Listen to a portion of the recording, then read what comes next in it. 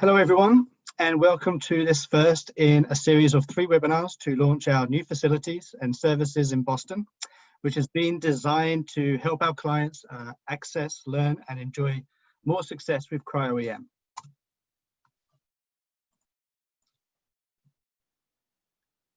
I'm Ben Schenker, and I'll provide you with a brief intro about who we are and why we're opening this exciting new facility.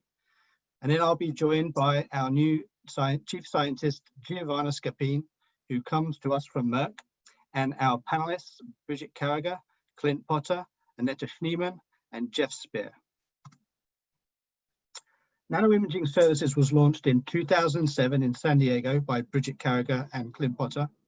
This was before the start of the resolution revolution, of which they were vital contributors. In 2017, after building upon a decade of experience, we added our first Cryos microscope. And since then, we have been setting new milestones in cryoEM and microED for industry. Today, we're proud to announce the opening of our new NIS East facility in Boston, and also several new services which will help us achieve our goal, which is to provide local training and access to the fastest, most reliable cryoEM workflow available to industry. At NanoImaging Services, we have extensive experience and capabilities to support a wide variety of workflows, covering early stage drug discovery, all the way through to clinical and manufacturing, such as antibody development, drug delivery, characterization, and of course, high resolution structure determination for small molecules and proteins. At NIS East, we'll be able to support all of these applications by providing local consultations and access to services. The second webinar in this series will focus on vaccine research and virus characterization that you see in the center there. And this will be presented by our CSO, Anette Schneemann. And then the third and last will cover future trends in cryoEM, and this will be presented by our co-founder and CTO, Bridget Carragher. Of course, for more details on any of these applications for your own projects, we encourage you to contact us and we'd be happy to set up a call. So why Boston? Well, quite simply, Massachusetts is one of the largest biotech hubs in the world and still amongst the fastest growing. We've seen demand for cryoEM here growing at an unprecedented rate, but access remains difficult still. Mainly due to high costs associated with microscope ownership and also limitations for industry working with academic cores. By opening this new facility, samples and grids can be prepared and screened locally, helping the large scientific community here to directly access one of the most important techniques for structure-based drug discovery, almost as if it was an extension of your own lab. Of course, it has been possible for local researchers to work with cryoEM before, but the process was very convoluted and not really set up for speed or success. We saw a lot of failure at the early stages of the cryoEM workflow, with researchers struggling with negative stain, vitrification, and grid preparation. There were gaps in the QC process, and there were issues with shipping proteins that were susceptible to freeze-thaw cycles, really making the whole process very slow and unpredictable. The safest way to ship proteins for high-resolution data collection is to first ensure protein quality and successful vitrification locally, and then shipping on pre-prepared grids. So the new workflow, by providing a local facility, we can solve these issues. Clients can drop off or courier their samples to us. We can rapidly assess protein quality, optimize vitrification, and screen grids for suitability for data collection. Those grids can then be sent to our San Diego headquarters or our Cryos farm, and so eliminating the freeze-thaw step. But we also aim to go one step further. We will also invite clients on site to learn more about sample preparation techniques, image collection, image interpretation, and also image assessment. We'll be providing local scientific expertise led by Giovanna Scapin to guide clients through their projects based on their goals. And this all leads to clients achieving faster and more successful outcomes to their structural research projects. It's also very important that this new facility is integrated and supported by our other operations. In this illustration, you can see how this new Boston facility will be integrated with our San Diego HQ, which is also a client center, and also our new Cryos farm, which will be launched next month in the last webinar in this series.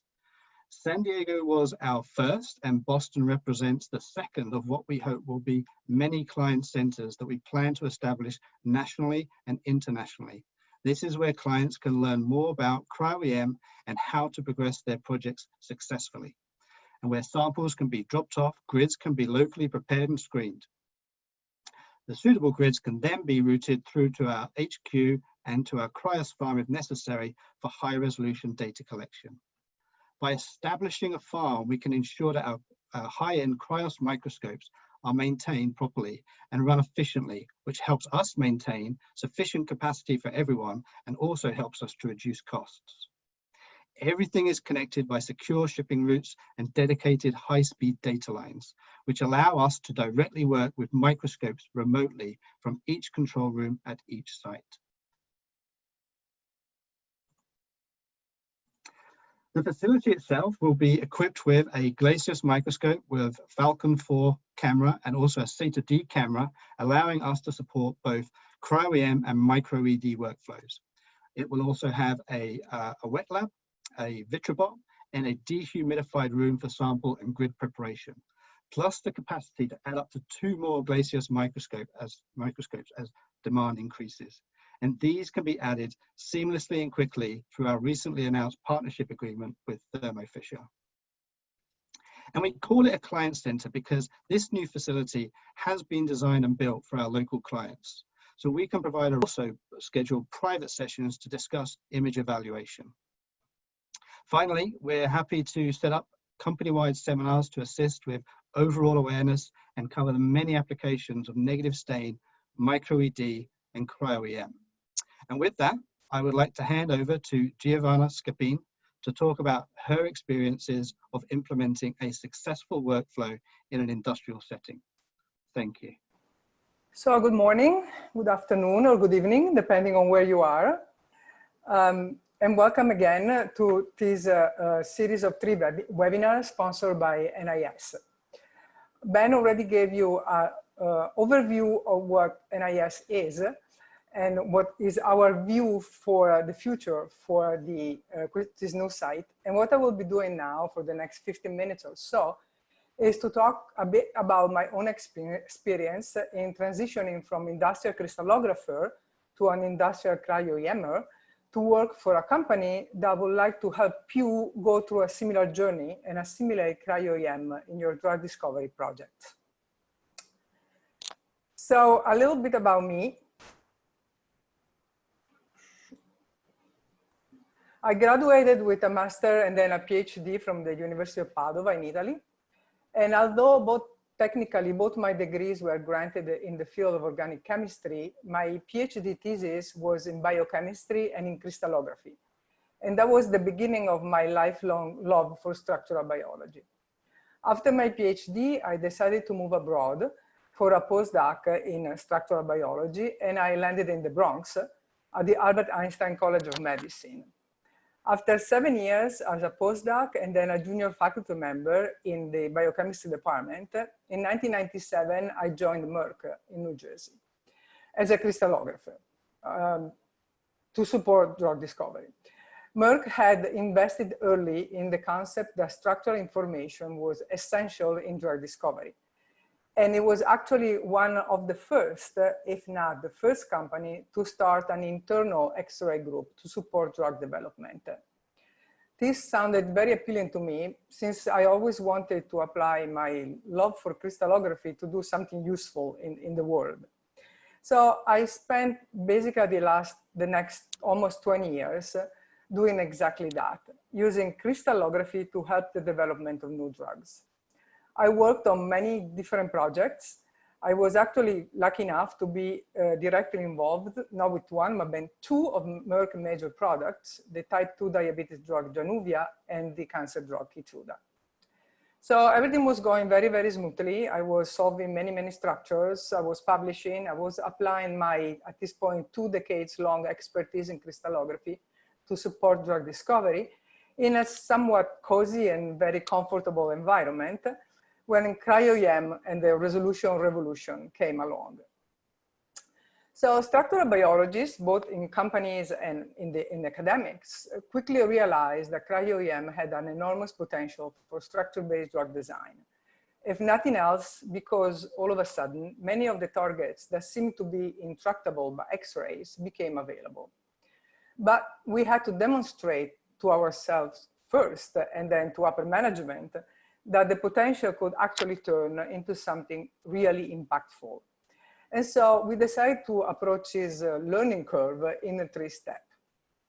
First, we wanted to learn. We wanted to have in-house expertise to at least to a certain extent. But in 2015, 2016, there wasn't a pool of experienced microscopists available. Plus, remember, we were still in that let's see if it works phase. So we decided to convert a crystallographer into a cryoEMer. And I was very lucky to be allowed to spend basically a 2-year sabbatical as an embedded scientist in one of the country's greatest cryoEM labs, the Simons Electron Microscopy Center at the New York Structural Biology Center. So I moved really away from my comfort zone. I dropped crystallography and I picked up microscopy. Not easy at all, but totally worth it. The second step is, of course, apply. As part of the deal of me being away for 2 years from my job, which was to be a crystallographer in drug discovery, was that I had to prove that cryoEM could be successfully applied to solve a problem of pharmaceutical and possibly of Merck interest. I also thought that I could use some of my crystallographic background, which is probably some of yours and some of ours crystallographic background, to streamline some of the process of cryoEM that to me seemed totally obsolete. Like, for example, the grid storage issue, which of course ended up with the conversion of a typical crystallography system, which is the PAC system, to something that maybe you are using today. So I learned to freeze grids. I learned to collect data. I learned to process data. And in the meantime, in these 2 years, we were also able to solve a very important structure, which was the structure of the insulin receptor, which is one of the targets that Big Pharma has been working on for 40+ years without really know how it works or what the conformational changes are or anything else. So I learned, I applied, and so now it was time to implement all I learned, and I returned back to Merck, where by then we had acquired a Cryos, a Gatan, a K3, a Vitrobot, and an extremely large computational and storage facility. We also hired 3 more people, and we started our cryoEM facility, internal cryoEM facility. So here we are, 2017. It's a very exciting moment at Merck and outside of Merck. Every week there are several high resolution structure done by cryoEM in nature, in science, in cells, structure of GPCRs, ion channels, multi-domain complexes. The number of maps that become available is growing exponentially. And the resolution is also getting better and better. So everybody's really excited and everybody's jumping on the cryoEM game. But then we, meaning structural biologists in a company, stopped for a moment and started thinking of what we really want to use cryoEM for, which in our case was drug discovery. And we realized that there were many questions and issues that maybe we did not fully appreciate at the beginning as enthusiastic beginners. So we moved dangerously close to sliding down this really horrible slope. And we started thinking of this problem. So for example, resolution. To do structure-based drug design, we need to be able to see atoms and ligands and waters. And atoms and ligands and waters can clearly be seen if we have a 1 angstrom map, a 2 angstrom map, But often we are stuck with a 3.5 angstrom map where we can't even see the main chain. And we realized that it was still pretty slow. 2 to 4 weeks for a structure is not enough to keep up the pace with the several structures a week that are required for a fully established medicinal chemistry project. And if we were just relying on our internal machine, we had never enough instrument time. But of course, buying something else, another microscope, was really, really expensive. And it was always only the 2 of us, the 3 of us, sometimes the 1. So kind of felt a little bit alone in the effort. The positive thing is that we were really committed to cryoEM and that we really wanted to succeed. And so basically we had to find an answer for all of these questions. And with the answers, of course, it comes learning, right? We are going up the slope now. For example, it was clear that improvements on hardware and software meant faster and better data collection. And so for these reasons, we try to be as much as possible up to date, both in hardware and in software, so that we could improve our throughput to the point that we were able to get from data to structure in 1 to 2 days rather than in 1 to 2 weeks. I always said that resolution is just a number, and especially in cryoEM, and that the number you need is the number that allows you to get the answer you want. You don't need anything else more than that. So do we really need a 2 angstrom data when a 3.5 map, in most cases, provided the information we need, such details of conformational changes, for example, ligand binding or epitope mapping? Maybe not.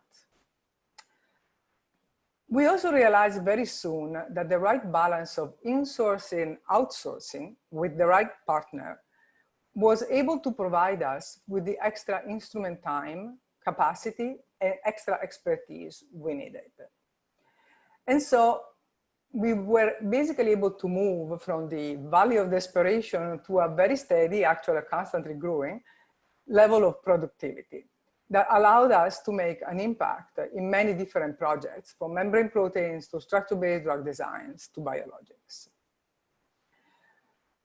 So this is at the end of next year now, it's to end of 2019. I have been at Merck for like 22 years. And at this point, I've used many different flavors of structural biology tools to support structure-based drug discovery.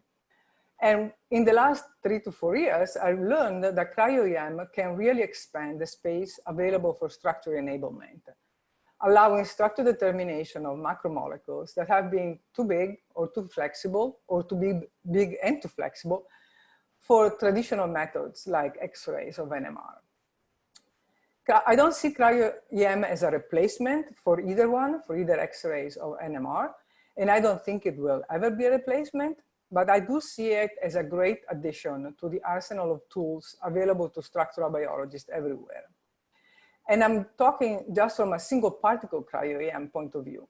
In reality, there is much more to cryoEM than just structure determination, as we will learn in the next webinars. But all in all, what I learned is that it can be a great asset for any structural biology lab to have. Unfortunately, it remains unavailable for many companies, big and small, for many different reasons, from lack of funding to lack of space, to not enough projects to warranty a full investment in cryoEM. Outsourcing, which seems to be a viable alternative, may not provide you with all the answers you need now, or it might not be what you need or can afford right now. But what I learned is that, especially in the cryoEM field, outsourcing is an option that can address some of your questions and concerns, even if it is as simple as, let's see if it actually works. So with this in mind, I joined the NIS last March. And my job now is to show you how can we help you to include the cryoEM in your discovery process and go through the same journey I went through, same wonderful journey I went through. This all starts, of course, with a consultation with me or with any of the other great scientists at NIS, where we can discuss your specific problems, possible solution and timelines, and what you can actually expect.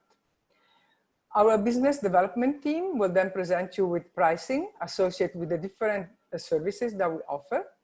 And then back to the scientist hand for details like what kind of service do you really need and what amount of sample you need for any specific service and what solution we can provide. The last step is providing you with a summary of all the results that we have obtained. Can be as simple as a 3-page report, as complicated as a 3-dimensional structure. It all depends on what your needs are. So we are already offering all of this in our San Diego site, but with the opening of our new site in Boston, we are expanding our services a lot. And we hope to make, as Ben said, cryoEM more accessible and affordable to more people. And with this, I would like to thank everybody for dialing in, for listening in. And I will also like to remind you all that we are here. We have a panel discussion now, but also later if you want to ask us any question that you might have. Thanks again. Here we go. Thanks so much, Ben and Giovanna. To kick off our Q&A, we're going to start with Bridget Carragher. Bridget, you know, Giovanna made a comment that 3 to 3.5 was often good enough, but for everyone who haven't necessarily been following Twitter over the last few months, how good is cryo-EM these days? And can you really, really see a compound bound? Oh, absolutely, you can see a compound bound. We've solved, I think, 60 structures already at NIS, and at least 36 of them, Jeff can comment in more detail, but at least 36 of them have beautiful compounds bound. This is definitely an achievable aim now. And you know, we do it all the time. Of course, it does somewhat depend on your sample. How good is your sample? And that's what we're here to help you with and consult with you on.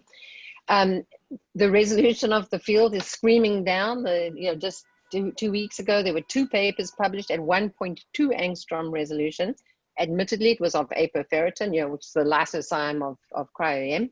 But it shows you what the method is capable of. And certainly, our goal is to make it better, cheaper, faster as we go forward, and to try and get the highest possible resolution for your sample.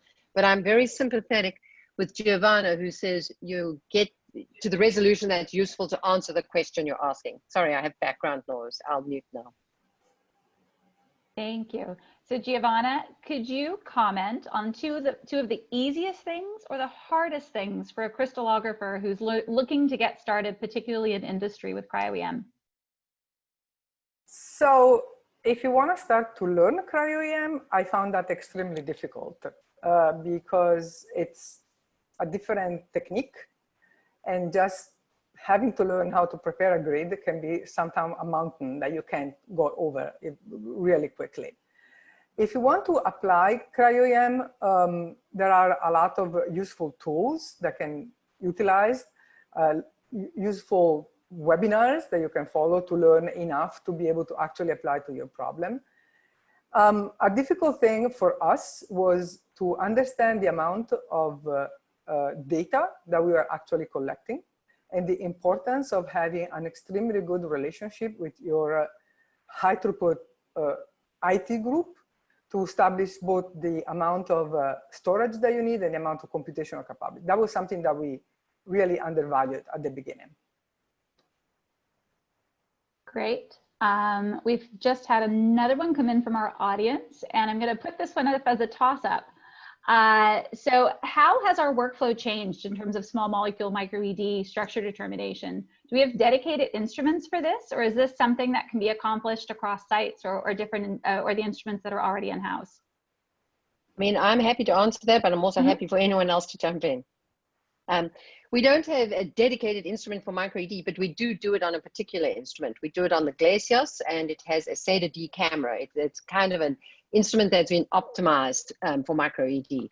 We don't generally use the Cryos. It's hitting a peanut with a sledgehammer to do it on the Cryos. We don't need that kind of heavy iron to achieve micro-ED. So all the micro-ED work is done on the Glacios, and we have a Glacios both in Woburn and in San Diego for doing that kind of work. Great. Anybody want to add anything to that? I think people might like to know that you can switch back and forth from regular imaging and micro-ED actually within a day. Sometimes we'll dedicate the microscope for a full day to micro-ED. For the efficiency of processing through samples, but we can switch back and forth. We have established routines to do that. And Anette, since you've had so much experience with our prior partners and pretty much all of our clients who've come through our door for the last few years, what has been the typical progression for successful clients when they sort of come and get started with us with their early projects and who kind of progress all their way into partnerships or sort of higher volume services? Yeah, that's a great question. Thank you.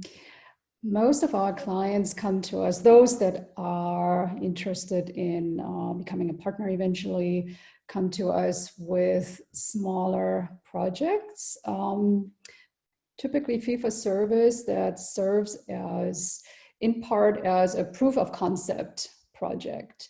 Most of them are not that knowledgeable in what EM and cryo-EM in particular can deliver, and they want to explore it a little bit and not have it be too costly. Other clients have already had collaborations with academic groups, and they're a little bit more knowledgeable in cryo-EM, but typically it starts out with a fairly defined project that is done on a fee-for-service basis.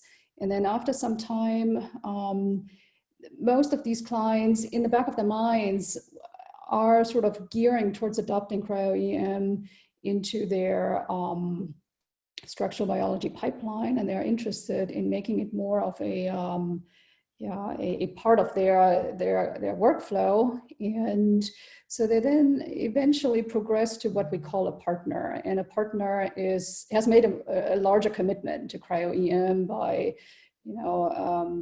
reserving a certain number of days on all microscopes and having the opportunity to come to NIS and learning things with their own hands in our laboratory.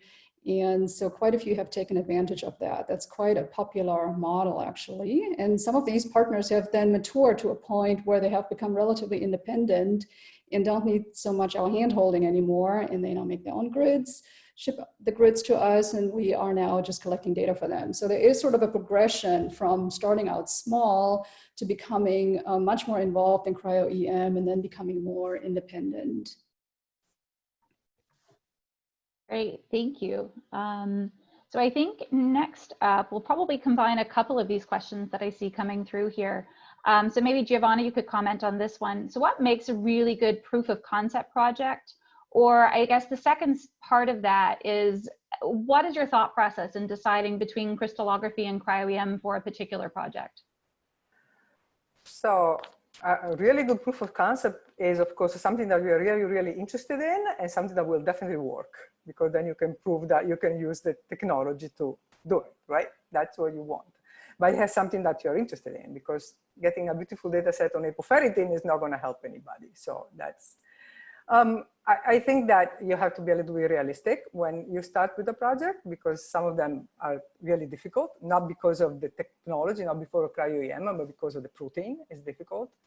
So you have come to evaluate the thing. Choice between crystallography and cryo-EM. So if the protein is small enough, I will always try crystallography first, because if it crystallizes, you're going to get 1.5 angstrom data, 2 angstrom data, no matter what. And also you're going to be well positioned to do fragment screening and a series of compounds by soaking and things like that. If the protein is, let's call it a middle size, so something that might be able to crystallize, maybe not, I will definitely try both techniques, if both are available, of course, and go with the one that gives me results the first thing. Then there are things that you consider like size, flexibility, that will definitely swing the pendulum in one direction or the other.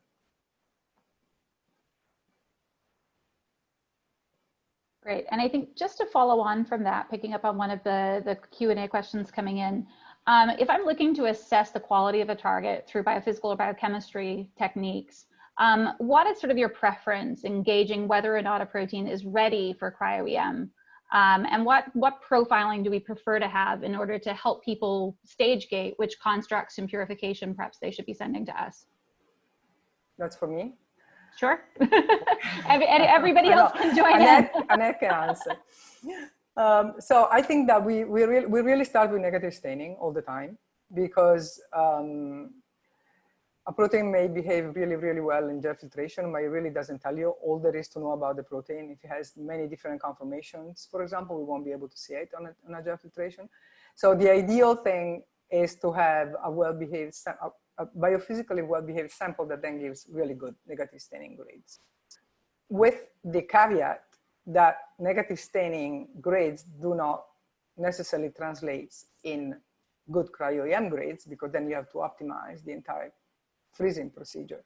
But if the protein is good in negative staining, it has a higher chance of success in cryo-EM than not. But I don't know, Annette, you can add, I think. Yeah, I understood the question a little bit differently. What can the client do at their end to be reasonably confident that the protein is already in good shape before they submit it to us? And, you know, typically clients run their samples through a chromatography column size exclusion, it usually is. And they may have run a gel so that they know what the level of purity is. They have a single peak, nice sharp peak on their column. And yet when the protein arrives at NIS, it just really doesn't look that great. So what else can the client do? And it partly, oftentimes what we wish the client had done, for instance, is subject the sample to some tests, the protein in particular, whether it's stable to freezing and thawing. What happens to a protein? Oftentimes proteins are shipped frozen. If this can be already tested in a client's laboratory, you know, how does this protein behave after it's been thawed? Run it again through your size exclusion column. Is it still yielding you a single sharp peak? There is this new instrument now called Refine. We had a client who used that, and that told them something that had to do with dispersity of the molecules, and that was a really good indicator apparently. So there are a couple of additional things that clients can do to perhaps get a better sense of how their protein behaves, and we'll then see what it looks like. But it's a little bit difficult to really define that. Great, thank you. And I think switching gears for some of the more microscopy focused questions that are coming in, and particularly for groups that are looking to establish some amount of in-house infrastructure in processing data. Jeff, could you comment on some of the IT infrastructure software considerations for all those crystallographers out there who love to process data and would like to tackle some microscopy instead of just diffraction? How can they get started, and what are some of the best practices that you'd like to share? Sure, you know, that's a really good topic, and it's also a huge topic. As Giovanna already pointed out, it can often take people by surprise. So a few important areas for undertaking cryo-EM, there are a lot of factors involved, but we'll just go over a few of them here. Storage is often the #1 issue, including the balance between the total capacity you're going to have and the performance of the storage. This is due to a few things. One is the size of the data sets. Collecting movies on the latest generation of cameras can add up to actually several terabytes a day, and this adds up fast.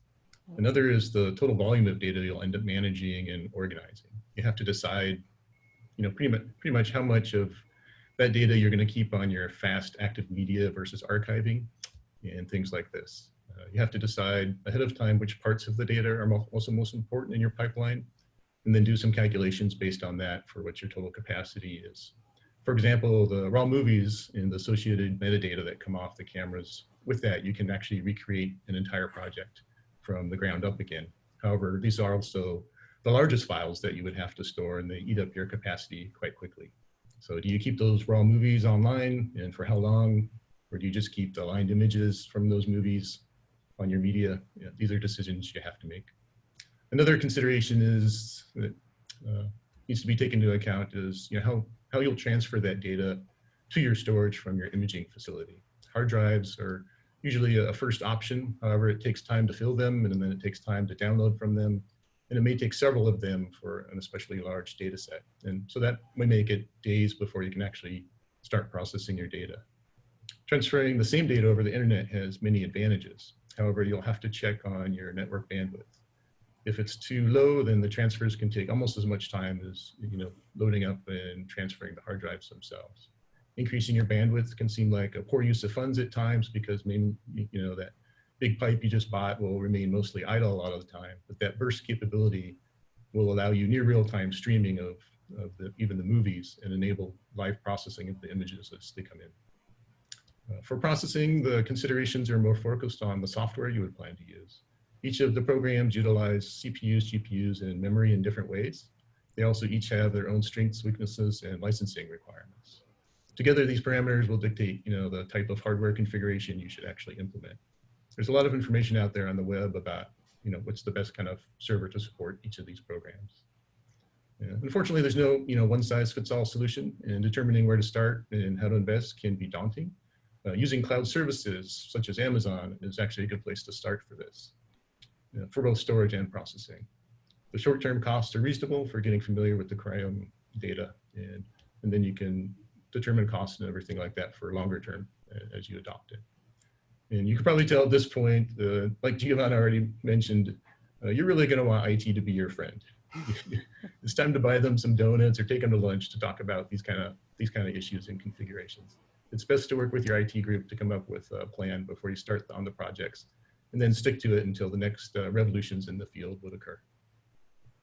Great, thanks, Jeff. And I think to paraphrase a couple of questions and continuing on from sort of integration and flow of data and information, we've had a couple of people ask, how will the two groups work together? So from a user perspective, thinking about getting started maybe in Boston and then doing high resolution work in San Diego.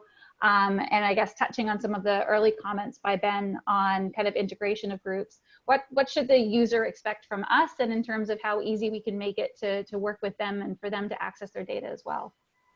We want it to be seamless, and we want to make your experience seamless. So help us do that as users. Yeah, I mean, from a practical point of view, so what we have done, firstly, all the individuals who are now in Woburn have been trained in San Diego. So we know them all, we know every person who's there now, and we know what their skills are. They are exactly the same as what we use here, and they do things in the exact same way. So that was really important to us, to have a sort of unified sort of set of skills at the two sites. And now that the site is open and projects are started in Woburn, we're working very closely together. Both sites know what is going on at the other site. We have regular meetings twice a week, and some of our clients who use the San Diego side have now transitioned to using the Woburn side. So we in San Diego know them, and they should already know some of the employees that we have in Woburn because they've been working with them here in San Diego. So we hope there is not going to be any difference from the point of view of the client, whether they are having their work done in Woburn or in San Diego. Now, of course, high resolution data collection is going to, on a Krios, has to be done in San Diego. We don't have a Krios in Woburn right now. And so grids that are made in Woburn and are screened there will eventually then ship to San Diego. So just because of that, we anticipate being in very close contact all the time, actually. And Giovanna, maybe you want to add a little bit to that. No, you covered really well. We have been working very, very closely. The advantage of having the site in Woburn, and that was pointed out by Ben at the beginning, is that now gives to more company on the East Coast the possibility of, for example, shipping fresh protein instead of frozen protein. And then the initial screening will be done in Woburn, and then if it's suitable for high resolution data collection, we will be sending it to San Diego. But that, I think, is one of the great possibilities of almost an in-house instrument, but very close by instrument. I just wanted to add to that too. NIS runs with a very tightly based database that controls everything that we do, and the database is the same in Woburn and San Diego, or they're tightly connected. So all of the practices that we were following in San Diego are now in Woburn, and anybody in San Diego can see the Woburn data and vice versa. So it's really just one giant company spread across two coasts. I think there's no real difference between the two. Great, thank you. So a couple of questions here on the theme of looking forward and what may be coming down the pipeline in terms of development. And I'm going to read this preamble because I think it phrases some of the questions that we've gotten well. So news circulated around late May this year about breaking the cryo-EM resolution barrier and determining protein structures at atomic resolution. They've highlighted a few tweaks in how data is collected using additional electron-optical elements, et cetera. And in the future, do we have plans to build this into current microscopes or future microscopes? But then also looking, I guess, from a couple of these other questions, top developments, where do we want to go? Where do we think the field is going? And how are we going to, I guess, stay ahead or abreast of developments in the next few years? I'm happy to comment on that. And then Mel, you probably could comment too. One of the best things we have going for us right now is we have a partnership with Thermo Fisher that they will put in new microscopes whenever we need them. Those new microscopes will obviously be state of the art.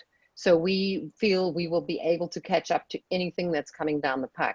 What you saw, what you're talking about is the structures I mentioned at the very beginning, the 1.2 angstrom structures.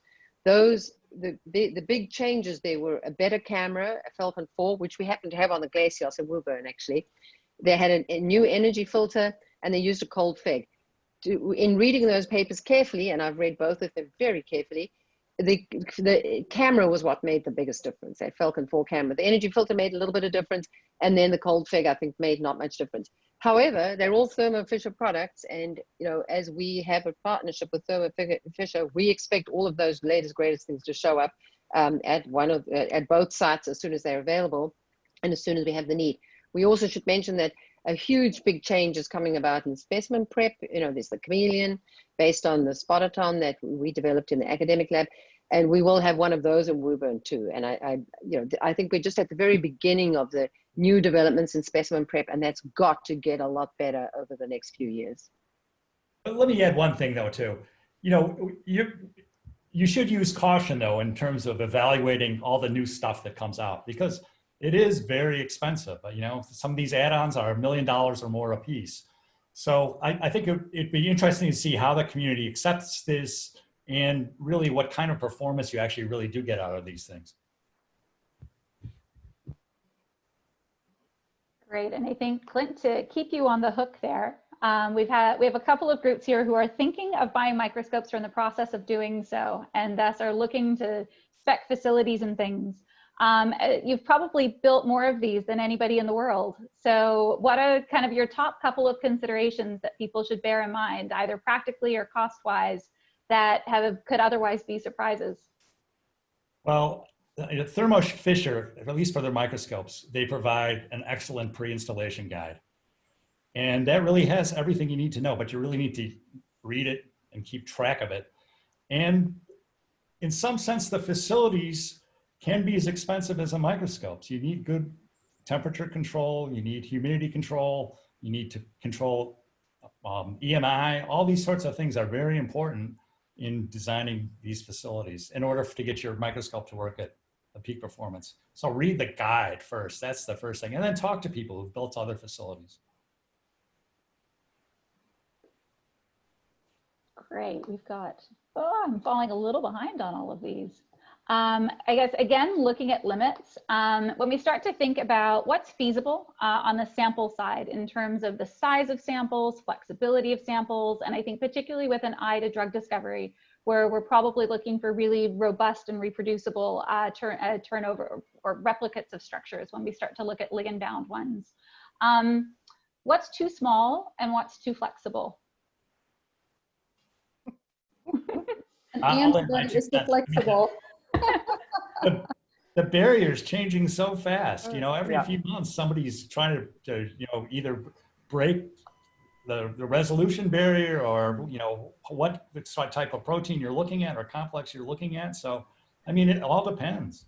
I don't think you want to set hard limits at this point. I don't think there are hard limits at all, especially because most of these things you can address one way or another, right? So you have a teeny protein, but you really want to see it, and then maybe you can think about binding something to the protein, a Fab or something else that will make it bigger and available for you to see. Or you have something that's very flexible, but you know that a ligand can modulate that flexibility, and so you can do the work with the ligand present, and then you reduce to a certain extent the flexibility. So yeah, I agree. Everything is very flexible, and each problem needs to be discussed basically on as an individual problem. At this point, I don't see a generic solution for any of them. I also think the software has got astonishingly much better over the last few years. I mean, stuff that we didn't dream in a million years we would tackle is now like, oh, well, that can be done. Sure, what's the big deal? And, you know, the software is good at sorting out flexibility and sort of focusing in on flexible regions and doing better with them. So, yeah, things we said as barriers 2 years ago are now just flattened completely. So I would never, you know, set any limits anymore. Something to keep in mind is as you get closer and closer to what is the cutting edge, the experiments, the structure determination becomes more and more challenging. It is in principle doable, but a lot of what you see out there in the literature was done in academic labs. They have all the time in the world, and you know, it may have taken a year or two, but they got there. So for us, our clients are under much more time pressure, and I often try to, you know, be more realistic. You know, if they come to us with a protein that is, let's say, 60 kilodaltons, and so that is really challenging, and that is not a Sunday afternoon experiment. So clients have to be aware that even though things may be possible, they also may take a lot more time than what is more routinely achievable now. And Jeff, you're probably the best to follow up on this one. So how long does a data set take? Is it a day? Is it a week? And we're getting some K3s in-house. What impact do we think that'll have on our ability to turn over data for clients efficiently? Yeah, that's a good question. And again, it's all dependent on your project. So in some cases, an overnight data set may be very sufficient for even a decent resolution structure if you have high symmetry molecule or something like this. And then otherwise it's all about, you know, your particle set. Longer data sets we generally collect are membrane proteins. Those usually take a few more days than, you know, the soluble proteins, things like this, especially if you're looking for high resolution in compounds bound. And on that note, I can kind of comment on some of the things we've already gone over. We have seen compounds bound in 3.5 angstrom maps of membrane proteins.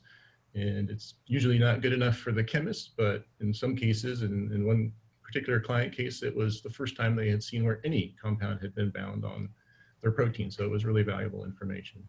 The K3 is going to speed everything up. You have actually a larger image with more particles on it, and it collects faster. So it will reduce data collection time for each and every project in proportional ratio, so to speak.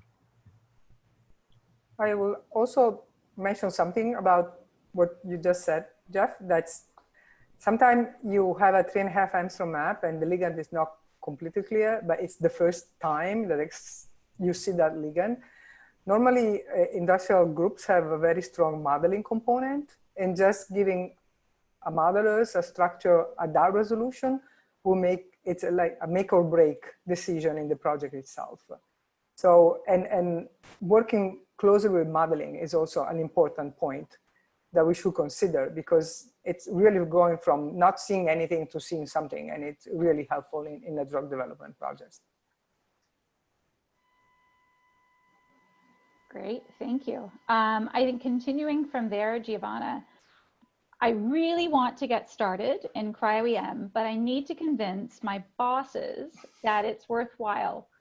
How do I go about doing this? Where do I start? And what were the most helpful things that you communicated in order to get started in your previous position? So it was a long process and not a very simple process. And we put together a team of people that was really good. And each person in the team was an expert in his or her specific area. So, and I'm not talking about science only, but we talk about financial people, we talk about marketing people, we talk about a lot of different components. And you have to make a whole package that shows that what you're going to do is going to impact positively your drug discovery process.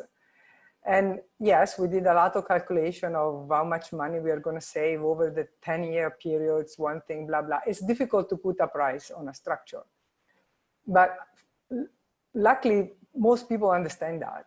And so if you can put a reasonable perspective on the package and a reasonable expectation, and that's what we did, it went. So I think it's just balancing the expectation a lot. Don't sell a dream, because then it's going to come back and bite you really hard. But be realistic in what you can provide, and what we did, we provided a path forward with very specific timeline and milestones. And we worked really hard to achieve those timelines and those milestones, and that would help us a lot. Great, thanks. And we are approaching the top of the hour, and I think we've covered most things that have come in. There have been a few questions about services and flexibility and what you can send us and what you can't in terms of, I think, a bit more the commercial side. So we will, I think, bring this back to Ben to maybe give a little bit of an overview of how you can work with us. One person asked if they could just send grids. Somebody asked if they could send proteins. Somebody else asked if we express and purify. So maybe we can give a quick overview of the types of models that you can use to work with us, and then probably wrap it up for the evening.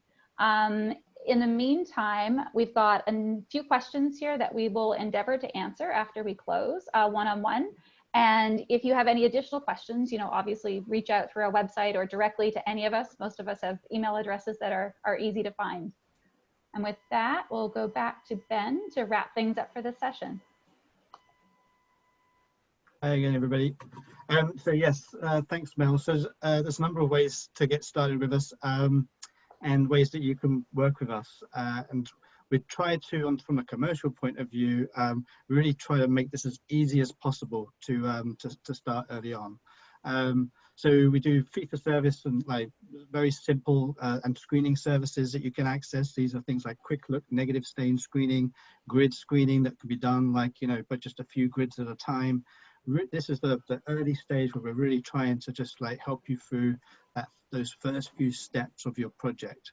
And then we can turn those into much more like target-based projects, and then moving on to kind of like training-centered partnerships, which obviously includes on-site training and guaranteed microscope access.